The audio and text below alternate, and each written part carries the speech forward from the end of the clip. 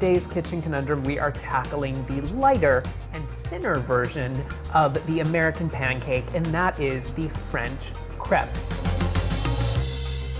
Crepes are notoriously difficult for people to make at home. They might get the consistency wrong, or they might not know how to make them in the pan. Well, today I'm gonna show you the very simple recipe in making crepes and the technique behind it all. So, first of all, we need 2 cups of whole milk. And today I'm using a blender to mix my crepe batter together. You could certainly use a bowl and a whisk. I just think that a blender really helps make a really nice, consistent batter. To this, I'm gonna add 3 whole eggs. These are large eggs at room temperature. 5 tablespoons of unsalted butter that I've melted and have cooled. You don't want this to be too hot.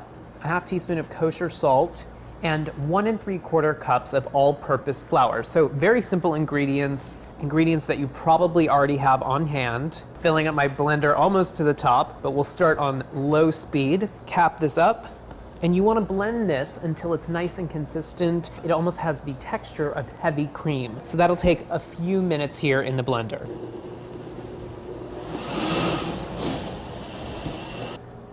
So our batter looks great. Now, just to ensure that there are no lumps in the batter, I'm going to strain the crepe mix through a fine mesh strainer. There shouldn't be any lumps, but if there are, you can just push them through. One trick here is in letting your batter rest overnight. So I'm gonna cover it with plastic wrap. This goes into the refrigerator, and this resting period helps to develop the flavor in the crepe batter and ultimately the end crepe.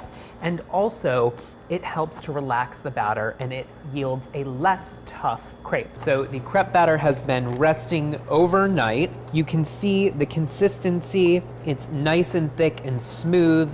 That time in the refrigerator overnight, what it does is if there are any air bubbles that accumulate in the batter, they slowly float up to the top and dissipate, so it makes an even smoother batter. I have an 8-inch nonstick skillet heating over medium heat, and just lightly brush the pan with a little bit of melted butter, not too much. The more butter you add to the pan, the more of a pattern, a brown speckled appearance you'll get on your crepe.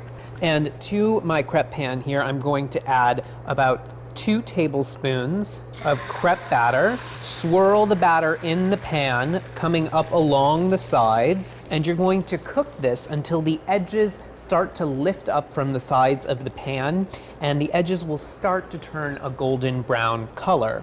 Now in Paris, they have crepe carts all over the city with flat burners, and you actually spread the crepe batter on the pan, and they make these delicious, wonderful crepes. This seems to be looking good. It has a nice color, a few minutes on each side, and then what you can do with crepes, which is really great, is you can make them in advance. You can make them the day before and put them into the refrigerator before you're ready to serve them with either a sweet or a savory filling, or you can freeze crepes in stacks as well. You just want to make sure that you defrost them thoroughly before you try and separate them. This guy looks great here, right onto the stack. Gently slide your offset spatula. You can use a rubber scraper here, just using this to kind of peel up the side of the crepe and then give it one flip.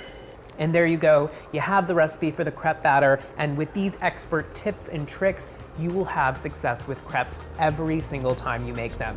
Enjoy.